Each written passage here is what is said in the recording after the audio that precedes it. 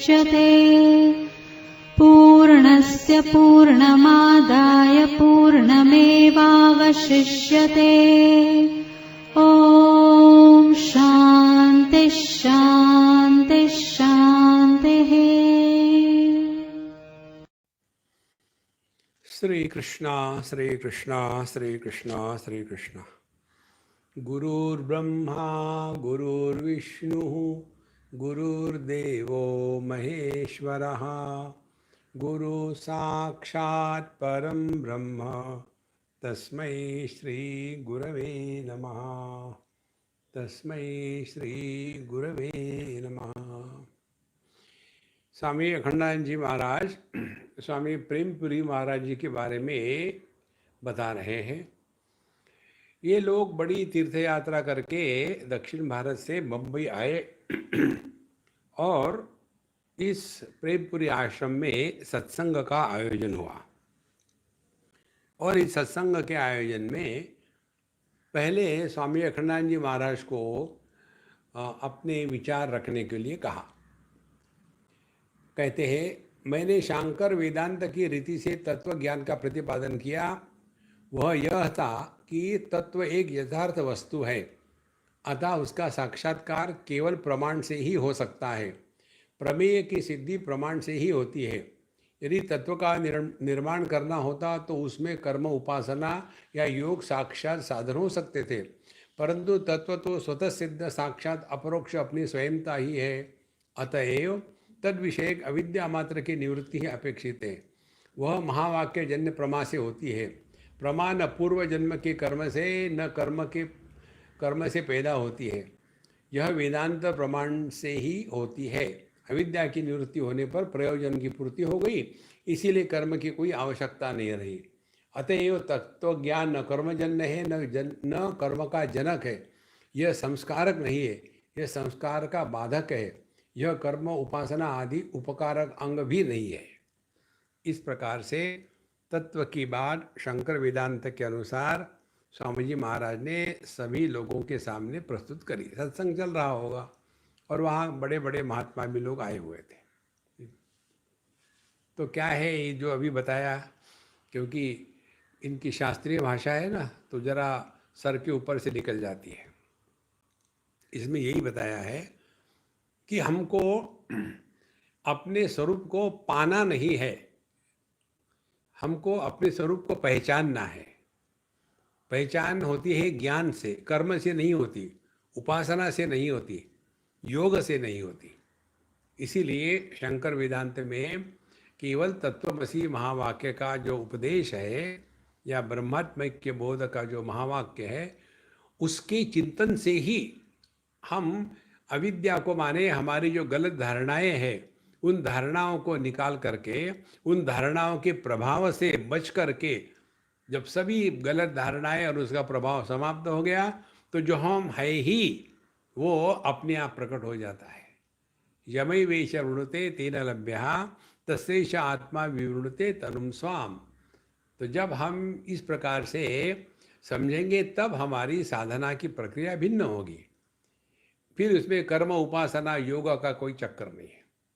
इस प्रकार से महाराज जी ने कहा। मेरे बाद के वक्ता महाशय ने मेरे प्रवचन पर कटाक्ष करते हुए कुछ ऐसा कहा कि तत्व ज्ञान के अनंतर निष्काम भाव से कर्म अवश्य कर्तव्य है। उन्होंने गीता का पर्याप्त भी आश्रय भी लिया। वैसे उन वक्ता महाशय से हमारा बहुत प्रेम था। हम लोग महीनों तक साथ रहते थे। प्रवचन के समय एक की प्रधानता से मैं बोलता तो दूसरे की प्रधानता से वो बोलते। हम लोग आपस में इसी प्रकार खंडन मंडन करते रहते थे। भिन्न भिन्न अधिकारियों को दोनों बात अच्छी लगती थी, परंतु स्वामी प्रेमपुरी जी को हमारे साथी की बातें अच्छी नहीं लगी। उन्होंने भरी सभा में अपने अध्यक्षीय प्रवचन में उनका खंडन किया और मुझे वेदांत संबंधी गंभीर चिंतन एवं स्पष्ट भाषिता बहुत अच्छी लगी। बस यही से हमारी उनकी घनिष्ठता आरंभ हो गई।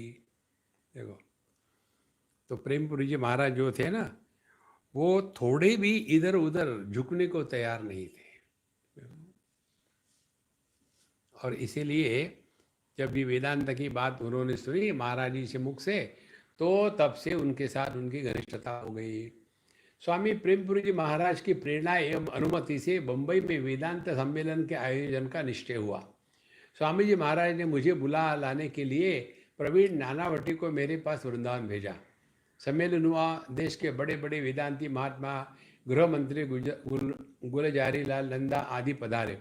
स्वामी जी प्रत्येक बात में मुझे आगे रखने का प्रयास करते। उनकी आंखों में मेरे प्रति स्नेह की झलक थी। जब मुस्कुरा के मुझसे बात करते, उनके बिना दांतों के मुखमंडल पर एक विशेष प्रकार की छटा झलकने लगती। सम्मेलन के पश्चात भी उन्होंने मुझे रोक लिया और मैं प्रेम कुटीर में था, किसी सेठ के घर में व्यक्तिगत रूप से प्रवचन करने लगा। लोगों ने स्वामी जी से निवेदन किया कि ये माने मेरे लिए श्रीमद् भागवत के अच्छे ज्ञाता गीता प्रेस से इनका अनुवाद प्रकाशित हुआ है, बहुत अच्छी कथा करते हैं, आप इनसे कथा करवाइए। स्वामी जी को वेदांत के अतिरिक्त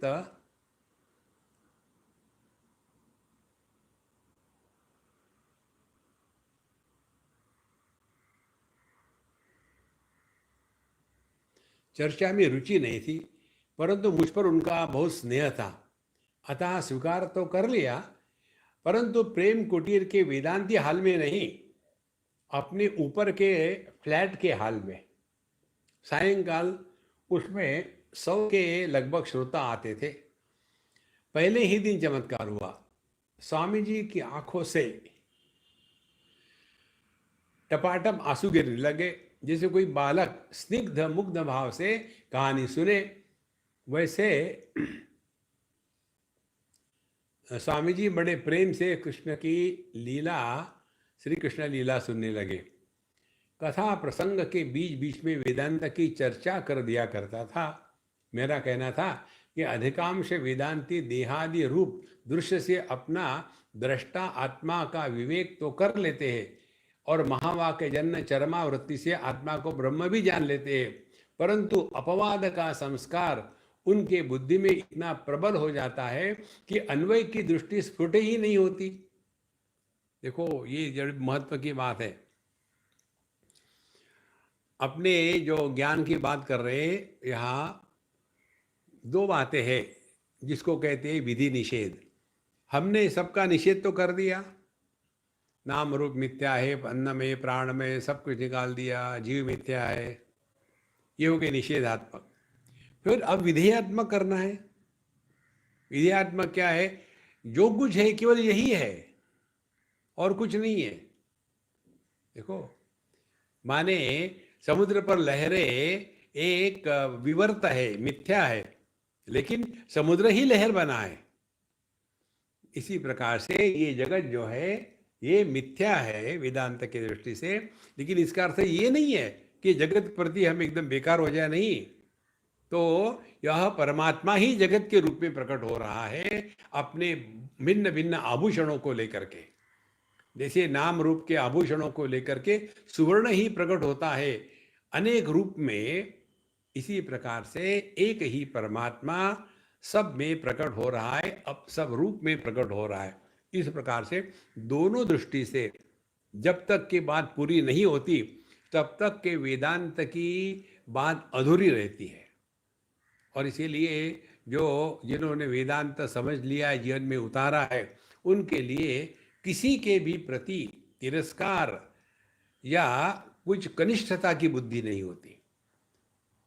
तो कथा के प्रसंग के बीच बीच में वेदांत की चर्चा कर दिया करता था। मेरा कहना था कि अधिकांश वेदांती देहादि रूप से अपना दृष्टा आत्मा विवेक तो कर लेते, लेकिन महावाक्य जन्य चरमावृत्ति से आत्मा को ब्रह्म भी जान लेते हैं, परंतु अपवाद का संस्कार उनके बुद्धि में इतना प्रबल होता है कि अन्वय की दृष्टि स्फुट नहीं हो पाती।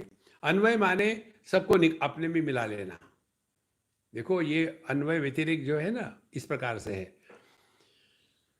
सभी आभूषणों में सुवर्ण का होना, यह सुवर्ण का अन्वय है, और सुवर्ण में आभूषणों का होना आवश्यक नहीं है। बिना आभूषण बने भी सुवर्ण रह सकता है। तो ये हो गया सुवर्ण में आभूषणों का व्यतिरेक। लेकिन कोई भी आभूषण सुवर्ण के सिवा नहीं रह सकता, इसीलिए सुवर्ण का आभूषणों में अन्वय हो गया। तो तात्पर्य क्या निकला? सुवर्ण ही सत्य है, ये इसका तात्पर्य है। लेकिन व्यक्ति केवल इसी में लगा रहता है, व्यतिरेक व्यतिरेक, और ये अन्वय की बात भूल जाते हैं। और ये दोनों बातें होना अत्यंत आवश्यक है। देखो, और इसीलिए कहते हैं कि इनमें ये अपवाद का संस्कार इतना प्रबल होता है कि अन्वय की बात स्फुट ही नहीं हो पाती। विवेक के समय व्यतिरेक की प्रधानता रहनी चाहिए। देखो कितनी बढ़िया है, जब आप विवेक कर रहे हैं तो बिल्कुल ठीक है कि ये जो लहरें हैं नाम और रूपात्मक मिथ्या है, बिल्कुल पक्की बात है। वो होने के बाद जब आप समुद्र के पास पहुंच जाओ तो फिर भी सवाल ये बना रहता है कि फिर ये लहरें क्या है या क्या थी? तो समुद्र ही लहरों के रूप में प्रकट हो रहा था। देखो, तो विवेक के समय व्यतिरेक की प्रधानता रहनी चाहिए, परंतु बोध के अनंतर अन्वय दृष्टि स्वयं ही हो जाती है। देखो, इसीलिए मुंडकोपनिषद कहती है, विजानन विद्वान भवते नातिवादी।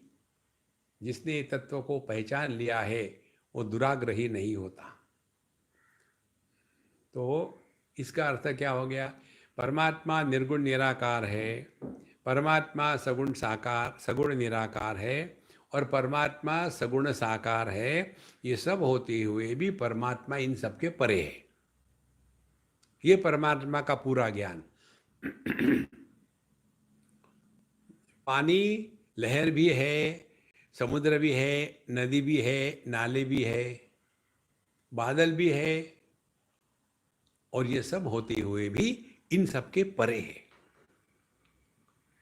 तब जाकर के हमारा ज्ञान पूरा हुआ। नहीं तो केवल हम इसी में लगे रहेंगे कि ये सब मिथ्या है मिथ्या है मिथ्या है, ऐसे नहीं होता। इसलिए परंतु बोध के अनंतर अन्वय दृष्टि स्वयं ही हो जाती है। इसलिए हो जाती है स्वयं कि जैसे आप किसी को पढ़ा रहे बता रहे तो उसको बता दिया, लेकिन उतना काफ़ी नहीं है, उसमें ये ज्ञान होना भी चाहिए। माने यदि उस व्यक्ति ने इसको व्यतिरेक की दृष्टि से समझ लिया और अन्वय की दृष्टि से नहीं समझ लिया तो जगत के प्रति केवल वो उदासीन रहेगा, तिरस्कृत रहेगा कि नहीं नहीं ये कुछ नहीं, मतलब इससे उसके हृदय में प्रेम जागृत नहीं होगा। ध्यान से सुनना, जगत को मिथ्या कहेंगे तो जगत के प्रति प्रेम नहीं होगा, और जगत के प्रति प्रेम नहीं हुआ तो सब साधना सत्यानाश। देखो, तो फिर क्या, ये जो जगत है जिसको पहले हमने वेदांत के चिंतन से मिथ्या करके त्याग दिया था, इसका तात्पर्य क्या हुआ कि जगत को मिथ्या करके रखेंगे तो जगत के प्रति हमारे मन में जो काम क्रोध इत्यादि दुर्भावनाएं हैं वो नहीं आएगी, और जगत को लेकर के हम दुखी नहीं होंगे। तो जिसके अंतःकरण में जगत को लेकर के कामना भी नहीं आती, दुख भी निर्माण नहीं होता, ऐसा ही व्यक्ति जगत से प्रेम कर सकता है। देखो, जैसे छोटा सा बालक, अब उस बालक को हम देखते हैं कि वो समझता नहीं कुछ, तो उसको उसको लेकर के दुखी नहीं हो गए, उसकी मूर्खता में भी खुशी होती है, क्योंकि उसमें हमने परमात्मा का प्रकटीकरण देख लिया है। देखो महाराज, इसीलिए हमने ये दो बातें बताई थी आपको तत्वमसि महावाक्य के साधना में। त्वम पद की साधना होती है तब अपने पर वेदांत लगाओ। न त्वम देहो नेन्द्रियाणि न प्राणो न मनो न धी विकारित्वाद विनाशित्वाद दृश्यत्वाच्च घटो यथा। जैसे एक घट होता है, दृश्य है, विकारी है, विनाशी है, तो वो हम नहीं है। इसी प्रकार से यह देह से लेकर के अज्ञान तक तीनों के तीनों देह जो है, पंचकोश जो है, ये मैं नहीं हो सकता, क्योंकि इन सब में तीन गुण लागू होते हैं। एक तो वो दृश्य है, विकारी है और विनाशी है। जब ऐसा अभ्यास करेंगे तो ध्यान से सुनना, तो अत्यंत मलिनो देहा देही च अत्यंत निर्मलः। सी, तो अपनी साधना क्या है? अपने साथ की साधना है कि हम अपने देह को अत्यंत मलिनो देहो देही जात्यंत निर्मल असंगो हमिति ज्ञात्वा, हमको देह से कुछ लेना देना नहीं है। ये हो गई अपने देह को लेकर के साधना। लेकिन दुनिया में बाकी भी तो देह है, तो उसके साथ क्या है? देहो देवालय प्रोक्तो देही देवो निरंजन सी अर्चितः सर्वभावेन स्वानुभूत्या विराजते। तो जगत को जब देखते हैं तो जगत को भगवान की विभूति के रूप में देखें, और जब अपने को देखते हैं तो पंचकोश से मुक्त होकर के हमने अपने आप को पंचकोश से व्यतिरेक अलग कर लिया है। माने हमारी सत्ता जो है पंचकोशों के कारण नहीं है, पंचकोशों की सत्ता हमारे कारण है। इन दो बातों को महाराज जी यहाँ कह रहे हैं। तो विवेक के समय व्यतिरेक की प्रधानता रहनी चाहिए। माने विवेक अपने साथ करना है, माने वेदांत अपने पर लगाना है। दुनिया के साथ अन्वय, अन्वय माने सबको अपना लो या सब में भगवान को स्वीकार करो। तो परंतु अन्वय बोध के अंतर अन्वय दृष्टि स्वयं ही हो जाती। इसका अर्थ यह है कि घट कुंडलादि से मृत्तिका स्वर्ण विलक्षण है, परंतु मृत्तिका स्वर्ण आदि में घट कुंडलादि का कोई अस्तित्व नहीं है। अभिप्राय यह हुआ कि ब्रह्मात्मैक्य बोध हो जाने पर जगत की सत्ता स्फूर्ति भी अधिष्ठान चैतन्य स्वरूप ही है। अतएव बोधवान को दृश्य की प्रतीति से द्वेष करने की आवश्यकता नहीं है, प्रत्युत दृश्य भी उसका आत्मा ही है। देखो, तो जो जगत को लेकर के वो ब्रह्म कहते हैं, जगत का अधिष्ठान, उसी को स्वयं को लेकर के कूटस्थ कहते हैं। तो ब्रह्म चैतन्य जब कहेंगे तो जगत का आधार, कूटस्थ चैतन्य कहेंगे तब हमारा आधार। और ये ब्रह्म चैतन्य कूटस्थ चैतन्य ये दो नहीं है, एक ही है। जब व्यक्ति की दृष्टि होती है तो ये हमारे घर का स्पेस है, और जब समष्टि है तो टोटल स्पेस है। इसी प्रकार से दोनों तरह एक ही आकाश है, तो दोनों तरह एक ही चिदाकाश है। देखो, इसीलिए बोधवान को दृश्य की प्रतीति से द्वेष करने की आवश्यकता नहीं। द्वेष करने की आवश्यकता नहीं माने क्या? उसी को प्रेम कहते हैं। देखो कितनी महत्व की बात है। यदि कोई कहे कि हम वेदांती हैं, हम तो मंदिरों में नहीं जाते, सब मिथ्या है। हम तो मेडिटेशन करते हैं, हम तो ध्यान करते हैं, कुछ नहीं, अभी घट कच्चा है। देखो महाराज कितनी स्पष्ट बात कहते उपनिषद, देहाभिमाने गलिते।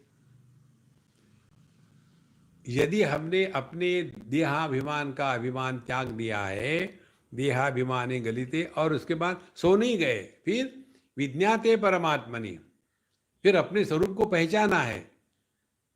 तो ये जो पहली लाइन है इस मंत्र की, देहाभिमाने गलिते विज्ञाते परमात्मनि, ये हो गई व्यतिरेक। माने देह के कारण हमारी सत्ता नहीं है, हमारे कारण देह की सत्ता है।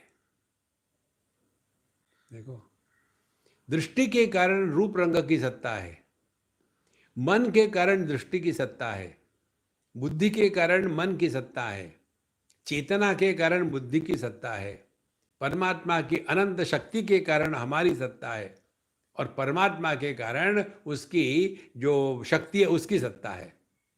देखो, इसीलिए यहाँ जो स्पष्ट बात बताते हैं कि अतएव बोधवान को दृश्य के प्रतीति से द्वेष करने की आवश्यकता नहीं। जैसे हम यदि दर्पण में देख रहे हैं प्रतिबिंब, तो प्रतिबिंब कैसा भी क्यों न हो, उससे ना तो द्वेष है ना तो कुछ प्रेम है, क्योंकि उसको हमने जान लिया क्या है तो अपना ही। इसीलिए बोधवान को दृश्य की प्रतीति से द्वेष करने की आवश्यकता नहीं है, प्रत्युत दृश्य भी उसका आत्मा ही है। इसी से उपनिषदों में स आत्मा ब्रह्म एवं अहम, इन चार शब्दों का प्रयोग करके ऊपर नीचे सामने पीछे सबको ब्रह्म कहा है। अर्जुन कहता है 11वें अध्याय में, हे भगवान आपको आगे से नमस्कार, पीछे से नमस्कार, पीछे से नमस्कार, ऊपर से नमस्कार, बाएं से नमस्कार, दाहिने से नमस्कार। माने परमात्मा की सिवा और कुछ है ही नहीं। नमः पुरस्ताद नमः पश्चाताद आपके गणपति अथर्वशीर्ष में आता है, क्योंकि केवल परमात्मा ही है। तो इन चारों शब्दों का प्रयोग करके ऊपर नीचे सामने पीछे सबको ब्रह्म कहा गया है। यह उपासना श्रुति नहीं है, तत्वज्ञ की दृष्टि का अनुवाद ही है। देखो, उपासना नहीं, ये तो अनुभूति है। इसलिए देहाभिमाने गलिते विज्ञाते परमात्मनि यत्र यत्र मनो याति तत्र तत्र समाधया, माने जहां जहां दृष्टि गई वहां परमात्मा ही है। देखो महाराज, तो वेदांत की जो प्रक्रिया है उसमें ये दोनों बातें पूर्ण रूप से आना आवश्यक है, नहीं तो हम फंस जाएंगे इसी में। अच्छा महाराज, अतएव संक्षेप शारीरकार ने साधारण बुद्धि से परिणाम, शुद्ध बुद्धि से विवर्त और ब्रह्म बुद्धि से प्रपंच को अपना स्वरूप बताया है। तो जो भाष्य लिखने वाले हैं, ब्रह्म सूत्र लिखने वाले हैं, उन्होंने इसीलिए साधारण बुद्धि से जगत को भगवान का परिणाम बताया है और शुद्ध बुद्धि से जगत को परमात्मा का, ब्रह्म का विवर्त बताया है और ब्रह्म बुद्धि से प्रपंच को अपना स्वरूप बताया है। जैसे लहर समुद्र का परिणाम बताया है, दूसरी दृष्टि से लहरें जो है समुद्र पर दिखती है लेकिन होती नहीं, विवर्त बताया है। और अब शुद्ध बुद्धि, ब्रह्म बुद्धि से क्या है, ये लहरें और समुद्र दोनों पानी ही है। तीन बुद्धियां हो गई। इसको हम आपको तीन दृष्टिकोण से बताते हैं। देखो, लहर का लहर तरफ देखना, यह सापेक्षता का संसार है। फिर उसमें कंपटीशन है, जलन है, एक दूसरे से द्वेष है, सब कुछ है। फिर दूसरी दृष्टि है, लहर समुद्र की तरफ देखेगी तो कैसे देखेगी, वहाँ समर्पण होगा, कंपटीशन नहीं होगी, जलन नहीं होगी। समुद्र देखो कितना बड़ा है, हम तो छोटी ही है, नहीं, ऐसा नहीं होगा। दूसरी दृष्टि। तीसरी दृष्टि है, समुद्र लहरों की तरफ देख रहा है, तो समुद्र की दृष्टि से सुनामी बुरी नहीं है और एक छोटी सी रिपल वो अच्छी नहीं है। समोहम सर्वभूतेषु, समुद्र कहता है समोहम सर्व लहरेषु, सभी के प्रति मैं समान हूं। और पानी क्या कहेगा, ना तो मुझे समुद्र है ना तो मुझ में लहर है, केवल पानी मात्र है। ये चार दृष्टियों से गुजरना, इसको कहते हैं वेदांत की आध्यात्मिक साधना। तो पहले परिणामवाद कहते हैं कि भगवान ही ये जगत है, इसीलिए जगत की सेवा करो और भक्ति करो, उसके बाद अपने अपने कर्तव्य कर्म करो। ऐसा करते करते फिर हमारी दृष्टि क्या होगी, हम एक दूसरे से झगड़ना बंद कर देंगे, क्योंकि अब मैं तू करने के लिए समय का सब भगवान ही है। तो जहाँ हमारे जीवन में मैं का परिवर्तन भक्त के रूप में हो जाता है, तो जीवन में बहुत ही परिवर्तन आ जाता है। और ऐसा करते करते फिर दृष्टि में परिवर्तन आ गया, तो फिर भगवान जैसे दुनिया को देखते हैं वैसा हमको दुनिया को देखना है। तो भगवान कैसे देखते दुनिया को, न मे द्वेषोस्ति न प्रिया। तो फिर साधक का क्या हो गया, अब ये जो साधक पहले भगवान का भक्त था, अब भगवान की हाँ में हाँ मिलाएगा, तो उसके मन के रिएक्शन सब बंद हो गए। जब मन के रिएक्शन बंद हो जाएंगे तब उसकी अगली दृष्टि खुलेगी। क्या दृष्टि खुलेगी कि असल में देखा जाए तो मैं शुद्ध ब्रह्म चैतन्य में ना तो जीव है, ना जगत है, ना ईश्वर है। देखो, तो जैसे हम पहले KG1 KG2 में जाते हैं, फिर प्राइमरी स्कूल में जाते हैं, फिर हाई स्कूल में जाते हैं, ऐसा करते करते जब हम अपनी एजुकेशन पूरी कर ली तो इसका तात्पर्य ये है कि हम बाकी के जो क्लास से निकल गए उसके प्रति तिरस्कार होगा? नहीं। एक सिंपल रूल है जीवन का, when you cross A bridge never destroy that. हमको कृतज्ञ नहीं होना है, कृतज्ञ रहना है। इसीलिए साधारण बुद्धि से परिणाम, शुद्ध बुद्धि से विवर्त और ब्रह्म बुद्धि से प्रपंच को अपना स्वरूप ही बताया जाता है। ये है वेदांत की प्रक्रिया। इस दृष्टि से भी प्रतिपादन करता आकृतिहीन सत्ता चित स्वरूप से पृथक नहीं हो सकती, भोग्यहीन आनंद चित स्वरूप से पृथक नहीं हो सकता। इसका तात्पर्य यह है कि चित स्वरूप ही समग्र दृश्य एवं रस के रूप में स्फुरित हो रहा है। देखो महाराज जी की जो शास्त्रीय भाषा है ना, जिनको इसके संस्कार नहीं, बड़ा कठिन लगता है। इस दृष्टि से प्रतिपादन करता कैसे? आकृतिहीन सत्ता माने केवल होना। ध्यान से सुनना, हमने आपको ये भिन्न शब्दों में बताया था। क्या? हम जानते हैं यह माइक है तो माइक की सत्ता, यह मोबाइल फोन है ये फोन की सत्ता, देखो ये लाइट है लाइट की सत्ता, ये मेरा हाथ है हाथ की सत्ता। हम जो निरपेक्ष सत्ता को नहीं पहचानते, इसलिए कहते हैं आकृतिहीन सत्ता जो है। देखो आकृतिहीन सत्ता को समझना हो तो क्या उदाहरण लेंगे? आकाश सभी आकारों की आकृतिहीन सत्ता है। यदि आकाश नहीं है तो कोई आकार नहीं हो सकता, और जहां आकार है वही विकार होंगे, वही संस्कार होंगे, वही प्रकार होंगे। अब आकाश में आकार ही नहीं है तो विकार भी नहीं है, संस्कार भी नहीं है, प्रकार भी नहीं है। देखो इसीलिए आकृतिहीन सत्ता ये कैसी है? चित स्वरूप से पृथक नहीं हो सकती, क्योंकि ज्ञान में भी क्या है? ज्ञान भी आकारवान ही होता है, चित स्वरूप। रूप रंगों को देखा तो विशेष, उसमें विशेषता आ गई। विशेष शब्द को सुना तो उसमें विशेषता आ गई। माने ज्ञान में जब जब विशेषता होगी तब तक के हम परमात्मा से दूर है। निर्विशेष ज्ञान माने बिना आकार का ज्ञान। हमारी स्थिति क्या है? हमको गणित का ज्ञान है, हमको केमिस्ट्री का ज्ञान है, हमको खाना बनाने का ज्ञान है, हमको बोलने का ज्ञान है, हमको सुनने का ज्ञान है। हमको जैसे इसकी सत्ता उसकी सत्ता उसकी सत्ता, इसी प्रकार से इसका ज्ञान उसका ज्ञान उसका ज्ञान।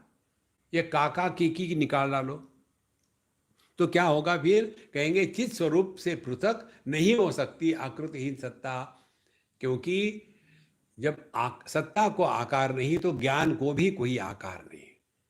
इसी से हम लोग कहते हैं आपको कि जो निर्विशेष ज्ञान है, जो निर्विशेष सत्ता है और जो निर्विशेष आनंद है, वही परमात्मा है। लेकिन हमको पूरे जीवन में यही ट्रेनिंग दिया है, अपने में कोई विशेषता होनी चाहिए। देखो जितनी ज़्यादा विशेषता होगी उतने हम अपने आप को ज़्यादा अच्छे समझते हैं। और पूरी साधना यही है, सब विशेषताओं को हटा दो। देखो एक आदमी में कितनी विशेषता होती है, अमीर है गरीब है, पढ़ा लिखा अनपढ़ है, यहाँ का है वहाँ का है, उसके बाद पति है पत्नी है भाई है बहन है, कितनी विशेषता इकट्ठी हो गई। तो ये इन विशेषताओं के पीछे जो निर्विशेष आदमी है वो डग गया। इसी प्रकार से यह जो विषय है, इन विषयों की सत्ता, इन विषयों का ज्ञान और इस विषयों से आनंद, इन विषयों के पीछे जो सच्चिदानंद है वो ढक गया है। तो यदि हम विषयों के प्रति जो विशेषता का दुराग्रह है उसको त्याग दें, ज्ञान के प्रति जो विशेषता का दुराग्रह है उसको त्याग दे, और आनंद के प्रति जो विशेषता का आनंद उसको त्याग दे, तो यह जो निर्विशेष सत्ता, ये जो निर्विशेष ज्ञान और निर्विशेष आनंद है वो अपना स्वरूप है। देखो, हम लोगों ने 12वें अध्याय में पढ़ा है,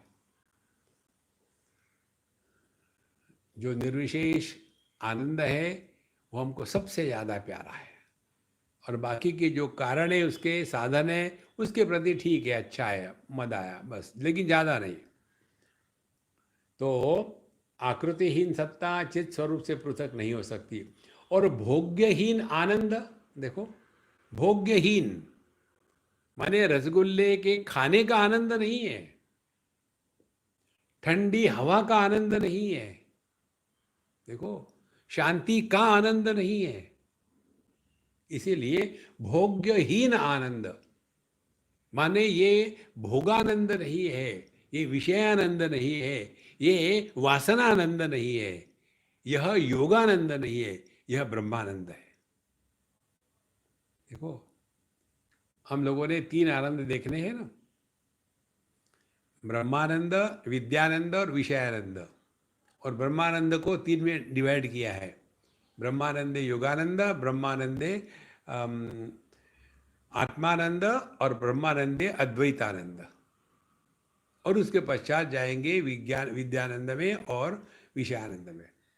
तो यह जो भोग्यहीन आनंद है वह भी चित स्वरूप से पृथक नहीं हो सकता। देखो, एक पत्थर पर हमने पानी डाल दिया, दूध डाल दिया, पुष्प रख दिए, तो उस पत्थर को उससे कोई आनंद सुख की अनुभूति नहीं है, क्योंकि उसमें चेतना जागृत नहीं है। देखो, तो यह जो भोग्यहीन आनंद है वो चित स्वरूप से अलग नहीं हो सकता। आकृतिहीन सत्ता वो भी चित स्वरूप से अलग नहीं हो सकती। इसका तात्पर्य यह है कि चित स्वरूप ही समग्र दृश्य एवं रस के स्फुरित रूप में स्फुरित हो रहा है। इसलिए संपूर्ण विश्व जो है यह चैतन्यमय है। देखो, इसीलिए इसको कहते चिन्मय सत्ता, माने सत और चित की जो एकीकरण है उसी को आनंद कहते हैं। जब तक के सत और चित अलग अलग रहेंगे तब तक के संसार है। जगत को हम है के रूप में, सत्ता के रूप में स्वीकार करते हैं, और जगत का अनुभव हम चित के रूप में, ज्ञान के रूप में लेते हैं। तो जब तक के ये ज्ञाता ज्ञान का भेद, भोक्ता भोग्य का भेद रहेगा, तब तक के हम संसार में हैं। इसीलिए यहाँ जो कहते हैं, अब देखो हम फिर से पढ़ते, क्लिष्ट लगता है लेकिन है साधारण, कोई कठिन नहीं है। आकृतिहीन सत्ता चित स्वरूप से पृथक नहीं हो सकती। भोग्यहीन आनंद भी चित स्वरूप से पृथक नहीं हो सकता। तो इसका तात्पर्य क्या है? चित स्वरूप ही समग्र दृश्य एवं रस के रूप में स्फुरित हो रहा है। देखो, इसी को ये जो कश्मीरी शैवाइज्म है, या जिसको चिद्विलास कहते हैं, उस वहाँ ये शब्द का प्रयोग करते हैं, स्फुरना। तो यह चित स्वरूप ही समग्र दृश्य एवं रस के रूप में स्फुरित हो रहा है। तो ये सब पूरा का पूरा परमात्मा का स्फुरण मात्र है। देखो, इसीलिए परमात्मा सत्स्वरूप, परमात्मा की शक्ति चित स्वरूप, इस चित स्वरूप शक्ति की अभिव्यक्ति आनंद स्वरूप, और आनंद को प्रकट करने की जो ब्रांचेस है या जो साधन है वो है ज्ञान शक्ति, क्रिया शक्ति और इच्छा शक्ति। इस प्रकार से एक ही परमात्मा के स्पंद से ये संपूर्ण विश्व निर्माण हो गया। इसीलिए यह संपूर्ण विश्व परमात्मा ही है। तो क्या हरी इच्छा तो अपनी इच्छा, तो आप भगवान के साथ हो। देखो, ज्ञान भगवान का, कर्म भगवान का, धीरे धीरे धीरे धीरे सब कुछ खत्म होके वापस अपने में पहुंच गए। तो तात्पर्य यह है कि चित स्वरूप ही समग्र दृश्य एवं रस के रूप में स्फुरित हो रहा है। सत की प्रधानता से शांति, समाधि आदि नाम होता है। देखो, सत की प्रधानता से शांति, समाधि आदि नाम होता है। चित्त की प्रधानता से दृष्टा, आत्मा इत्यादि नाम होता है, और आनंद की प्रधानता से सुख, रस इत्यादि नाम होता है। देखो, हमारे बोलने में महात्म्य किसका है, किसको प्रधानता दे रहे हैं? यदि हम सत की प्रधानता कहेंगे, माने परमात्मा सच्चिद आनंद है, तो सत को कहेंगे तो कहेंगे शांति समाधि, तो सत में आ गया। फिर वो क्या हो गया? निराकार सत्ता, निर्विशेष सत्ता।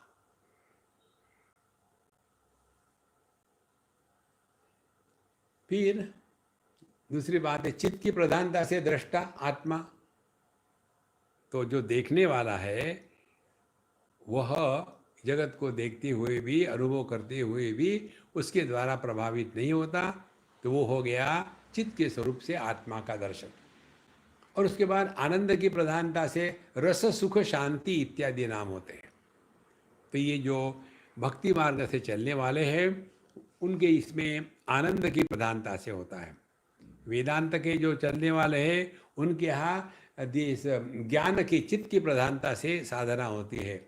और जो संसार में रहने वाले हैं, योग में रहने वाले हैं, और उनके लिए यह योग की माने सत प्रधान से साधना होती है। इसलिए आप देखेंगे जितने भी योग के जितने भी आश्रम इत्यादि है वहाँ ये बहुत नियम होते हैं। ये मत करो, ऐसा मत करो, यहाँ से वहाँ मरे जाओ, एकदम खुल्लम खुल्ला नहीं होता, रिलैक्स नहीं रह सकते वो। देखो इसीलिए हमने एक दो बार, अब हम नाम नहीं बताएंगे, एक दो बार हमने किसी आश्रमों में हमारा आनंद मंगल कैंप रखा, लेकिन उसका रखने के पश्चात फिर हमको समझ में आया ये अपने लिए नहीं है, क्योंकि उनके नियम इतने ज़बरदस्त हो, ये मत करो वो मत करो, यहाँ मत जाओ वहाँ मत जाओ। अरे यार बच्चे बुच्चे आए हैं तो यहाँ मौज करने के लिए आनंद से आए, यहाँ कोई मिलिट्री की डिसिप्लिन है क्या कोई? तो फिर हमने देखा कि ये अपने को नहीं जचता, हमारा जो आनंद मंगल क्या है में वो दुखी होने के लिए नहीं है। तो फिर क्या है, वहाँ कोई नियम नहीं, सत्संग में आओ मत आओ कोई बात नहीं, सत्संग में बैठो सुनो या बैठो सो जाओ कोई बात नहीं, देखो टाइम से आओ बाद में आओ कोई बात नहीं। देखो क्या कोई पनिशमेंट के लिए आए क्या? तो ये हमारे जीवन के ये तीन पहलू है। एक तो आनंद की प्रधानता, दूसरी है ज्ञान की प्रधानता, और तीसरी है कर्म की प्रधानता। तो जिसको आपने महत्व दिया है उसके अनुसार आपकी बुद्धि काम करेगी। तो ब्रह्मभूत प्रसन्नात्मा न शोचति न कांक्षति। तो आपके जीवन में आनंद की प्रधानता है, तो आप ये ज्ञान के चक्कर में और कर्म के चक्कर में अपने आप को फंसाओगे नहीं। माने क्या करेंगे, तो ज्ञान की बात हो रही तो उसमें लग गए, कर्म की बात उसमें लग गए, लेकिन कैसे? कर्म भी ऐसा है कि उसमें आनंद ही प्रकट हो रहा है, ज्ञान भी ऐसा है कि उसमें आनंद प्रकट हो रहा है। तो जिस कर्म में आनंद प्रकट होता है उसको हम कर्मयोग कहेंगे, जिस ज्ञान में आनंद प्रकट हो रहा है उसको हम ज्ञान योग कहेंगे, और जिस आनंद में आनंद प्रकट हो रहा है उसको हम जीवन की परिपूर्णता कहेंगे। एतन बुद्ध्वा बुद्धिमान स्यात् कृतकृत्यश्च भारत। आनंद में आनंद प्रकट होना माने इसका कोई कारण नहीं, समझने का प्रयत्न मत करो। जो आदमी ज़्यादा विचार करते हैं वो सुखी नहीं हो सकते, और जो मस्त है वो विचार नहीं करते। इस प्रकार से सत में शांति समाधि, चित्त में दृश्य दृष्ट का विवेक, और आनंद में जीवन मुक्ति का विलक्षण सुख भक्ति भाव। तो सत में शांति समाधि, चित्त में दृश्य दृष्टा का विवेक, और आनंद में जीवन मुक्ति का विलक्षण सुख या तो भक्ति भाव। देखो आ रहा है, बोध होने पर आभास अवच्छेद आदि की प्रक्रिया अथवा प्रमाण प्रमेय की विचार का कोई प्रयोजन रहता ही नहीं।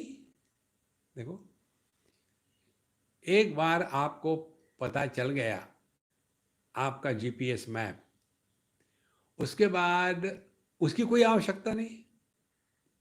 या दूसरे विचार दृष्टि विचार करो, आपको कहीं पहुंचना है, वहां पहुंचने तक आपको ये मैप की जरूरत है, पहुंचने के बाद फिर फेंक दो मैप, कोई जरूरत नहीं, पहुंच गए। इसी प्रकार से जिसने अपने स्वरूप को पहचान लिया है उसके लिए फिर बोध होने पर आभास, अवच्छेद, प्रक्रिया, प्रमाण, प्रमेय, ये सब का सब जो है ये सब उठा करके फेंक दो। और इसीलिए जो अपने स्वरूप में निष्ठावान है, जिनमें इसमें कोई भ्रांति नहीं है, वो खामोखाम उलझते नहीं, ना तो दुनिया में, ना तो विचारों में, ना तो कोई अपना सिद्धांत प्रतिपादन करने में। फिर कैसे टाइम पास करना है और क्या, ना वो धोखा लेना ना माँ धोखा देना। देखो स्वामी गणेशानंद जी के महाराज की याद करो, कैसे मस्त रहते थे। तब जा करके इन साधु संतों के चरित्र से हम लाभान्वित हो सकते हैं। वह सब केवल जिज्ञासियों के समझाने के मात्र उपयोगी है। माने क्या, शास्त्र का अध्ययन, तत्वमसि महावाक्य, फिर घटाकाश मठाकाश फटाकाश, उसके बाद परिणामवाद, फिर उसके बाद आरंभवाद, उसके पश्चात फिर विवर्तवाद, फिर वो जो है परिच्छेदवाद, फिर आभासवाद, दुनिया भर की चीज़ें हैं। देखो विवेक वैराग्य समाधि षटक संपत्ति मुमुक्षुत्वम च इति साधन चतुष्टय संपन्न अधिकारिणाम अयम तत्वबोधो विधीयते। बड़ी बड़ी बात है ये सब, ठीक है अपने जगह पे, हट जाओ इसमें से। देखो, और ये तब होगा जब हम अपने स्वरूप में पहुंच जाते हैं। जैसे खाने के पहले जब तक ये भूख नहीं खत्म होती तब तक ये क्या वो क्या और दे दो और दे दो। पेट भरने के बाद आप छोड़ा, आपने अब और तो अब नहीं ले सकते, नहीं एक हाथ लड्डू ले लो, नहीं नहीं अभी बाद में ये हजमोला खा लेना, हजमोला की जगह में एक लड्डू और खा सकता है, हजमोला की जगह ही नहीं है। देखो, और इसीलिए यदि ये अंतिम स्थिति होती है जीवन की कि आपको किसी प्रकार से कोई विक्षेप आते ही नहीं, विक्षेप ना दुनिया को लेकर के है, विक्षेप ना अपने संबंधियों को लेकर के है, विक्षेप ना अपने भविष्य को लेकर के है, तो फिर क्या है, मौज है। इसके बाद जो भी कुछ हो रहा है वो हरी इच्छा से हो रहा है, अपने को कुछ करना नहीं है।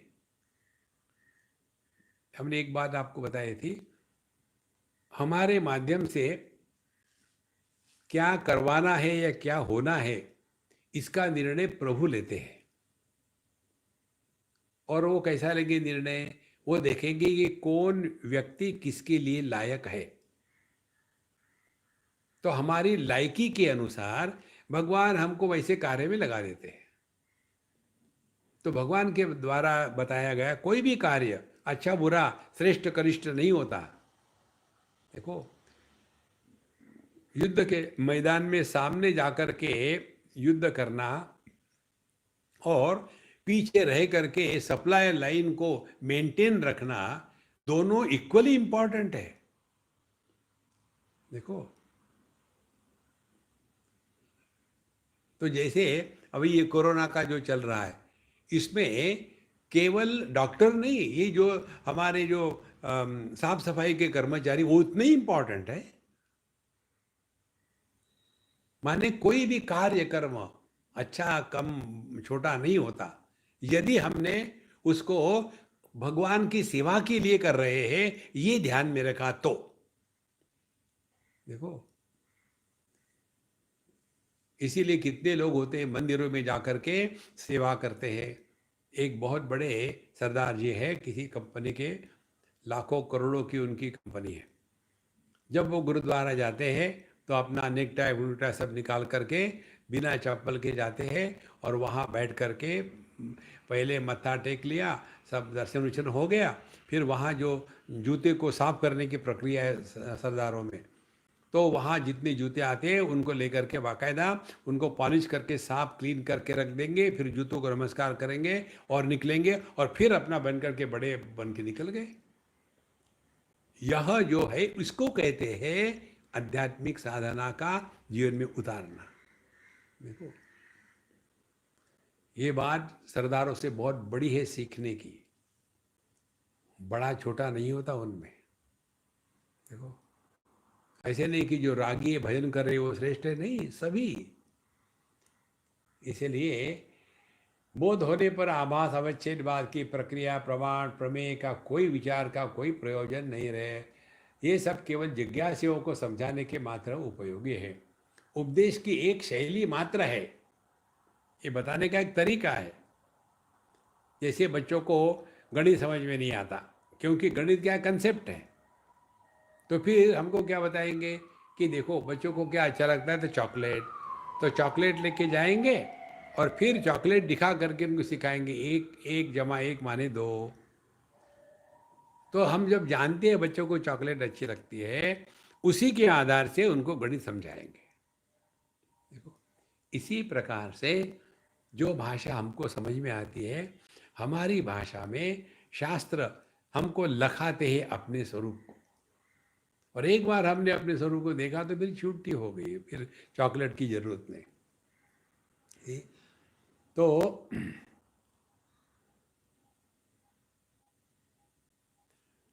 वह सब केवल जिज्ञासुओं को समझाने मात्र के लिए उपयोगी है, उपदेश की एक शैली मात्र है। स्वामी जी महाराज वेदांत वेदांत के चूड़ांत विद्वान थे, माने ये मूर्धन्य विद्वान थे। उन्हें इन बातों में बहुत आनंद आया करता था। प्रातःकाल प्रेम कुटीर में मांडुक्य उपनिषद एवं कारिकाओं पर 97 98 चलता रहा। उस समय स्पष्ट रूप से भिन्न भिन्न मतवादों का निराकरण करके ब्रह्म की अद्वितीयता एवं आत्मरूपता का निरूपण करता। मेरे प्रतिपादन की शैली उन्हें पसंद आती थी। आत्मा से भिन्न जो कुछ भी होगा वह दृश्य अथवा अदृश्य, परोक्ष एवं कल्पित होगा। दृश्य जड़ होता है, कल्पित अध्यारोपित मात्र होता है। यदि परमात्मा मुझसे अन्य होगा तो जड़ कदाचित कल्पित तथा मिथ्या हो जाएगा, वह अचेतन अर्थात बेहोश हो जाएगा। यदि मैं परमार्थ सत्य अद्वितीय ब्रह्म से पृथक होऊंगा तो मिथ्या, कल्पित और परिच्छिन्न हो जाऊंगा। सबसे उत्तम निरुत्तर आनंद मंगल ही है। देखो, सबसे उत्तम निरुत्तर आनंद मंगल ही है कि वह मुझसे एक रहकर चेतन हो और मैं उसमें एक रह करके अद्वितीय ब्रह्म हो।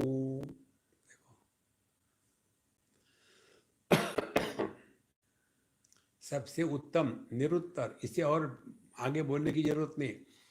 आनंद मंगल यही है कि वह मुझसे एक रहकर चेतन हो। यदि वो मेरे से अलग हो जाएगा तो जड़ हो जाएगा। तो परमात्मा को यदि हमको पकड़ना है तो हम उसको अपने से अलग नहीं कर सकते।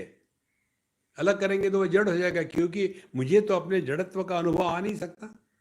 मैं तो चेतन हूँ, मैं तो चिन्मय हूँ, तो भगवान को कैसे जड़ बनाऊंगा। माने परमात्मा का दर्शन आत्मरूप से ही यथार्थ है। परमात्मा का दर्शन अन्य रूप से करेंगे तो वो जड़ हो जाएगा, या तो फिर मिथ्या कल्पित हो जाएगा। देखो, तो यदि मैं परमार्थ सत्य अद्वितीय ब्रह्म से पृथक हो तो मिथ्या कल्पित एवं परिच्छिन्न हो जाऊंगा, और यदि मैं उससे हो जाऊंगा अलग तो फिर मैं हो जाऊंगा मिथ्या और मैं हो जाऊंगा कल्पित। लेकिन मैं वैसे नहीं हूँ, और इसीलिए इसी स्वतः सत्य का बोध उपनिषद देती है।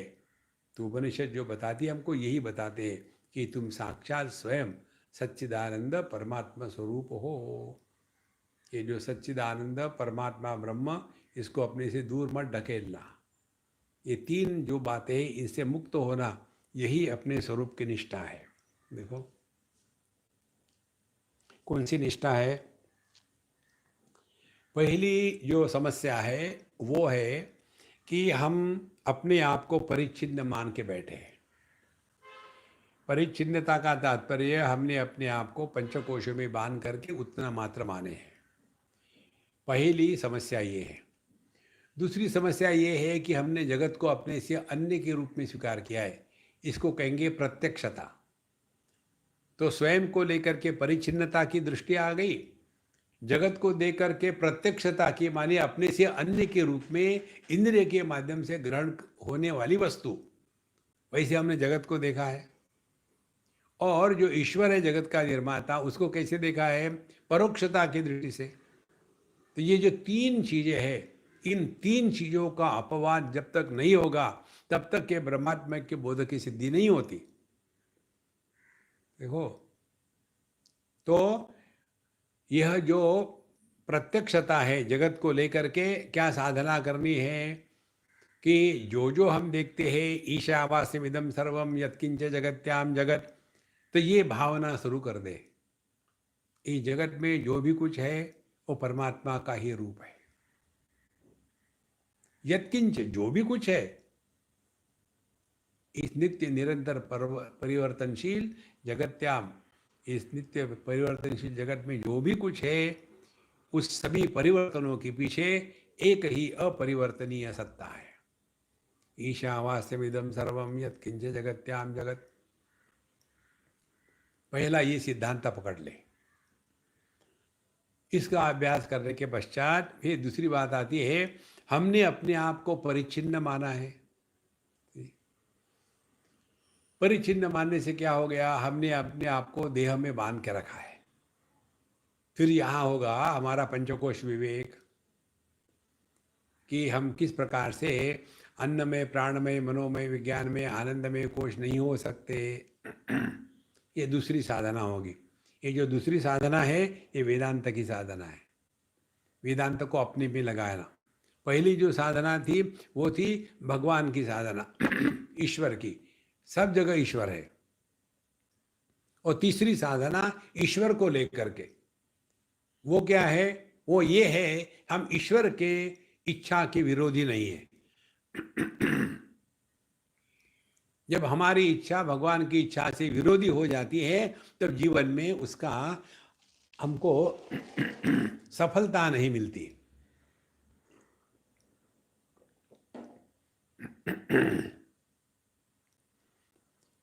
तो यदि हमारी इच्छा भगवान की इच्छा से जुड़ गई तो कभी भी विफलता नहीं मिलेगी। तो फिर करना क्या है? भगवान के प्रति समर्पण, भगवान की इच्छा से इच्छा मिलाना। माने यदि कुछ ठीक ठाक हो गया तो हरि कृपा से हुआ, अपने करने से नहीं हुआ। अपना करना आवश्यक है लेकिन कृपा हरि की होती है। यदि हमारी ये असफलता आई तो हरि इच्छा, हम क्या कर सकते हैं? हमको जितना करना था कर दिया, बाकी हरि इच्छा। दोनों का मतलब क्या होगा? हमारा हमेशा प्रभु के प्रति समर्पण रहेगा और हम भगवान की इच्छा के विरोधी नहीं जाएंगे। ये तीन प्रकार की साधना हमारे ये तीन प्रतिबंधों को हटा सकती है। पहली जो साधना है जगत को लेकर के भक्ति की साधना, अपने को लेकर के वेदांत की साधना पंचकोश विवेक, और ईश्वर को लेकर के जो थारी राय सो मारी राय। इस प्रकार से जब चले तब जाकर के हमको अंतिम में समझ में आएगा कि एक ही तत्व उपाधियों के कारण में जीव जगत और ईश्वर के रूप में अनेकता को प्राप्त हो गया है, लेकिन असल में है एक ही, अनेक नहीं है। ये इसका तात्पर्य है। और इसीलिए सबसे उत्तम निरुत्तम आनंदामंगल यही है कि वह मुझसे एक रहकर चेतन हो और मैं उससे एक होकर के अद्वितीय ब्रह्म हो जाऊं। तो भगवान को अपने में मिला लिया तो वो चेतन हो गया, और हम उससे मिल गए तो हम ब्रह्म हो गए। तो सच्चिदानंद पूरी सिद्धि हो गई। इसी स्वतः सत्य का बोध उपनिषद देती है। स्वामी जी के सामने उपनिषदों का प्रवचन करने में जो आनंद आता था वह अवर्णनीय है। बीच बीच में वृंदावन जाना भी होता रहता था। स्वामी जी के जाने के दिन भरी सभा में स्वयं, स्वामी जी जाने के दिन भरी सभा में स्वयं रो जाते थे और श्रोताओं को रुला देते थे, और मुझे भी शीघ्र लौट आने की प्रतिज्ञा करवा लेते थे। एक बार सभा में बोले, आओ जाओ, ऐसा मैं कह नहीं सकता। मत जाओ कहने में संकल्प में बाधा पड़ेगी। साथ चल नहीं सकते, रोक नहीं सकते। वियोग में दुख होगा, यह कहना तुम्हें दुखी करना होगा। मैं मर जाऊंगा, यह कहना झूठ होगा। अब तुम ही बताओ प्यारे, तुम्हारे जाने के समय में क्या कहूं?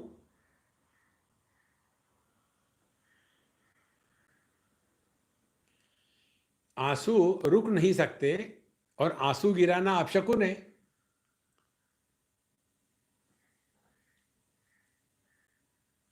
स्वामी जी सबसे मेरी प्रशंसा करते। श्री हेमलता रतन सिंह भाई से उन्होंने कहा कि मैं 50 वर्ष से सत्संग करता रहा हूं, परंतु सत्संग का रस तो अब आया है। कोई दोपहर को आ जाता, मैं विश्राम कर रहा होता तो मेरे सेवक को कहते जगा दो। उनका कहना था कि एकांत में रहना था तो बम्बई में क्यों आए, गंगा तट पर रहते। काकू भाई जो ईश्वर कृपा से अभी जीवित है, उनकी 4-5 लड़कियां हो चुकी है। स्वामी जी मेरे लिए बोले ये सिद्ध पुरुष है, इनके आशीर्वाद लो, तुम्हारे पुत्र हो जाएगा। स्वामी जी के आशीर्वाद से वृद्धावस्था में उनके 2 पुत्र हुए। एक का नाम जिज्ञासु, दूसरा का नाम धर्मसुख। नाम स्वामी जी के रखे हुए हैं। उन्होंने अपने आशीर्वाद को मेरा आशीर्वाद कर दिया। मोहनलाल के बारे में भी ऐसा ही हुआ। मेरा नाम लेकर के स्वामी जी ने उनको पुत्र का आशीर्वाद दिया। अब वे पुत्र पौत्रादि से संपन्न हैं। भिन्न भिन्न प्रकार से वे मेरी महिमा बढ़ाने का प्रयास करते थे। उनके स्वभाव में परिवर्तन देखकर मुझे भी आश्चर्य होता था। एक बार हम लोग मोटर में चल रहे थे, पीछे से टैक्सी आई, सड़क का पानी कीचड़ उछलकर हमारी मोटर में आया। कुछ अंश मुख पर भी पड़ गया। हमारी मोटर का ड्राइवर नाराज हुआ। अच्छा, मैं टैक्सी वाले को मजा चखाता हूँ। स्वामी जी बोले अरे भाई, ठाकुर जी का चरणामृत तो बहुत बार पी लिया। आज क्या है, हाँ, मोटर भगवान का चरणामृत मिल गया है कहकर हंस पड़े। कभी कभी भोजन में बाल निकल आता था। मुझे बाल्यावस्था से ही भोजन में बाल देखकर वमन का भाव आने लगता था। मैंने मनुस्मृति का वह श्लोक याद कर रखा था कि भोजन में बाल निकलने पर थोड़ी सी शुद्ध मृत्यु का डाल देने पर दोष दूर हो जाता। फिर भी मुझे उस उद्वेग को तो होता ही जाता। स्वामी जी बोल पड़ते, देखो देखो तो बाल काला है या सफ़ेद। यदि सफ़ेद है तो बसंत बहन का, काला है तो जसू बहन का। दोनों दौड़ पड़ती, एक दूसरे से कहती मेरा नहीं तुम्हारा। स्वामी जी हंसने लगते। मेरी भोजन की थाली बदल दी जाती। दैवी संपद मंडल तीर्थ यात्रा स्पेशल ट्रेन की सफलता के पश्चात स्वामी जी के भक्तों ने कुछ किया। हाँ, अभी है टाइम, 1-2 मिनट। स्वामी जी के भक्तों ने भी निश्चय किया कि ट्रेन निकाली जाए। पूरी तैयारी हो गई, मार्ग डिब्बे यात्री क्रम सब निश्चित हो गए। संयोगवश मुझे एक स्वप्न आया कि हमारी तीर्थ यात्रा की बस एक नाले में उड़कर गिर गई है। सब जगह ट्रेन जाती थी, परंतु हिमालय की यात्रा बस में हो रही थी। वह स्थान कहीं धौली गंगा के आसपास था। मैंने स्वामी जी को स्वप्न बताया तो उन्होंने तुरंत यात्रा स्थगित करने का आदेश दे दिया। मुझे तो स्वप्न का इतना महत्व नहीं था, परंतु स्वामी जी ने मेरे स्वप्न का इतना आदर किया कि अनेक लोगों को असुविधा होने पर भी उन्होंने तीर्थ यात्रा स्थगित कर दी। थोड़े दिनों के बाद उन्होंने 5-7 भक्तों को लेकर तीर्थ यात्रा की। अब मुझे उनके साथ गए भक्तों के नाम याद नहीं। इतना अवश्य है कि मैंने श्री ओंकारानंद जी को स्वामी जी की सेवा के लिए उनके साथ भेजा था। ओंकारानंद महीनों तक स्वामी जी के साथ रहे। स्वामी प्रेमपुरी जी महाराज के शील स्वभाव, आचार विचार से ओंकारानंद बहुत प्रभावित हुए और उनके प्रति अत्यंत श्रद्धालु हो गए। स्वामी जी इस बीच 2 बार वृंदावन आए। वृंदावन में स्वामी जी के प्रवचन नहीं करते थे। स्वामी जी प्रवचन नहीं करते थे, मेरा प्रवचन सुनते थे। वृद्धावस्था में भी स्वामी जी का व्यक्तित्व अक्षुण्ण प्रभावशाली और दूसरों के हृदय में श्रद्धा प्रेम उत्पन्न करने वाला था। हाँ, हृदय पीड़ा के कारण चढ़ने उतरने में उनको कष्ट होता था। बम्बई में श्री हरिकिशन दास, हरिलाल बच्चू भाई ड्रेस वाला, दादा लोकुमन आदि बड़े प्रेम से उनकी सेवा शुश्रूषा करते थे। बम्बई के सत्संगियों के आग्रह से एक सत्संग भवन बनाने का निश्चय हुआ। मुंबा देवी के पास मैदान में विशाल आयोजन किया। यद्यपि मैं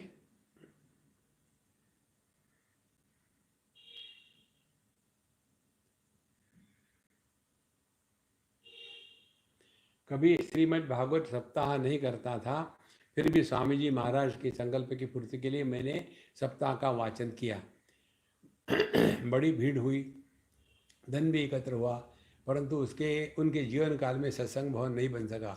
वल्लभदास मरीवाले, कामदार, रतन सिंह आदि सभी भक्तों का रहा, परंतु वह संकल्प तो उनके ब्रह्मलीन होने के बाद ही पूरा हुआ। जब मैं गृहस्थ आश्रम में था तब मेरे मित्र श्री जंगरू सिंह कानूनगो ने दूसरों से धन लेना बंद कर दिया था। मेरे मन पर उसका इतना प्रभाव पड़ा कि मैंने भी अपनी परंपरा के शिष्यों से प्रतिग्रह लेना छोड़ दिया। गृहस्थ आश्रम में त्याग करने के बाद संन्यासाश्रम घर करने पर धन लेना पड़े, यह मुझे पसंद नहीं था। मैंने प्रेम कुटीर में मीट पूजा चढ़ाने के लिए मना किया। स्वामी श्री प्रेमपुरी जी महाराज ने कहा कि तुम मत लो, मेरा आदमी उठा लिया करेगा, परंतु रोकना ठीक नहीं, क्योंकि यहाँ भिन्न भिन्न महात्माओं के प्रवचन होते हैं। लोग भीड़ चढ़ाना बंद कर देंगे तो उनकी हानि होगी, साथ ही जो लेते हैं उन पर अश्रद्धा होगी। अतः चुप रहो, बोलो मत। जब पहल यहाँ से मेरे वृंदावन जाने का समय आया तब उन्होंने देवी दयाल स्टील वाले श्री हरिकिशन दास जी, बच्चू भाई ड्रेस वाला से सलाह करके मुझे 3000 रुपये दिए। बस यही से मेरी भेंट पूजा प्रारंभ हो गई। भागवत पर प्रवचन करके भगवत भक्ति के अतिरिक्त किसी भौतिक वस्तु की प्राप्ति का संकल्प रखना मुझे सर्वथा अनुचित लगता था, परंतु स्वामी जी की प्रसन्नता के लिए मैंने अपने नियम छोड़ दिए। स्वामी जी महाराज त्याग वैराग्य के महिमा को भली भांति जानते थे।